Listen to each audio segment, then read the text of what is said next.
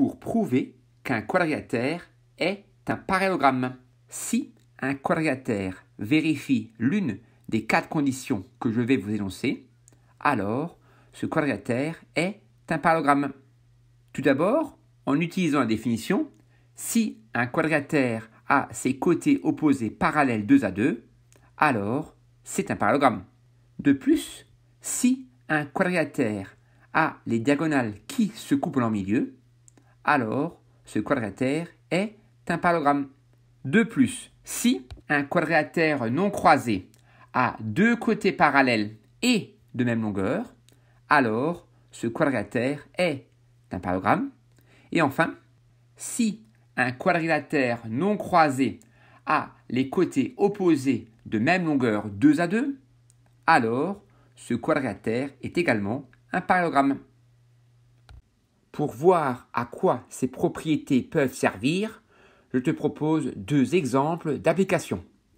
Premier exemple, déterminer la nature du quadrilatère ABCD en justifiant bien sûr.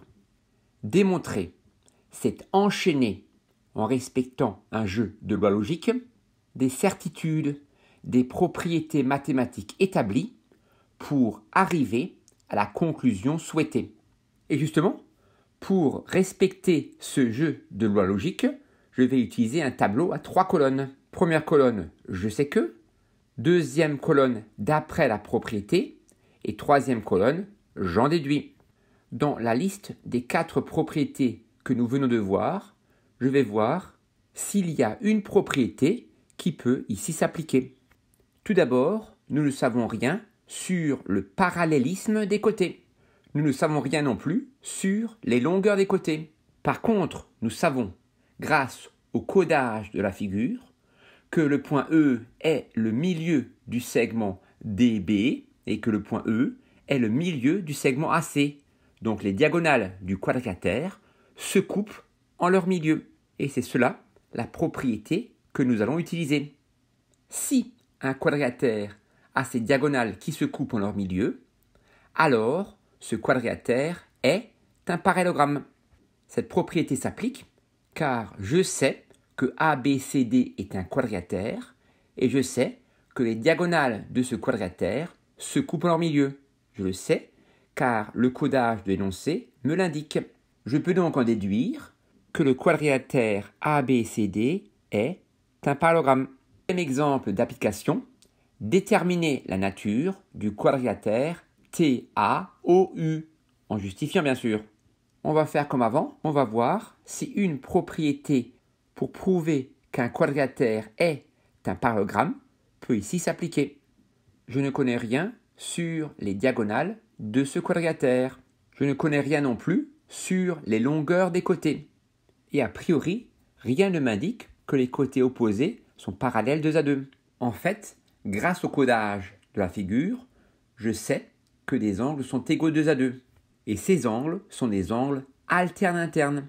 L'égalité des mesures de ces angles alternes-internes pourront prouver que les côtés opposés du quadrilatère sont bien parallèles 2 à 2. Je sais que les angles verts TAU et AUO sont des angles alternes-internes. Je sais également, grâce au codage, que ces angles alternes-internes sont égaux. Donc, d'après la propriété, si 2 angles alternes-internes sont égaux, alors les droites qui les forment sont parallèles. J'en déduis que les droites AT et UO sont des droites parallèles. De même, je sais que les angles roses TUA et UAO sont des angles alternes-internes et grâce aux couleurs, au codage, je sais que ces angles alternes-internes sont égaux, qu'ils ont la même mesure. Donc, d'après la propriété, si 2 angles alternes-internes sont égaux, alors les droites qui les forment sont parallèles. J'en déduis que les droites UT et AO sont des droites parallèles. Maintenant, je sais, car je viens de le démontrer, que les droites AT et UO sont parallèles et que les droites UT et AO sont également parallèles. D'après la propriété, si un quadrilatère a ses côtés opposés parallèles 2 à 2, alors ce quadrilatère est un parallélogramme. J'en déduis donc que le quadrilatère TAUO est un parallélogramme. Je vous remercie. J'espère que vous avez bien compris. Je vous souhaite une belle journée. À bientôt.